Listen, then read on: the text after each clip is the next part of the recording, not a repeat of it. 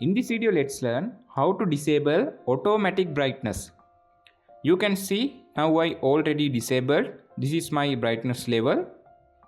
Let's learn how to disable this automatic brightness feature. Go to mobile settings. Scroll down and go to display option. In here you can see this adaptive brightness option. If we enable this feature, you can see my brightness is going to change. You can disable this feature. After, you can easily adjust your brightness manually like this.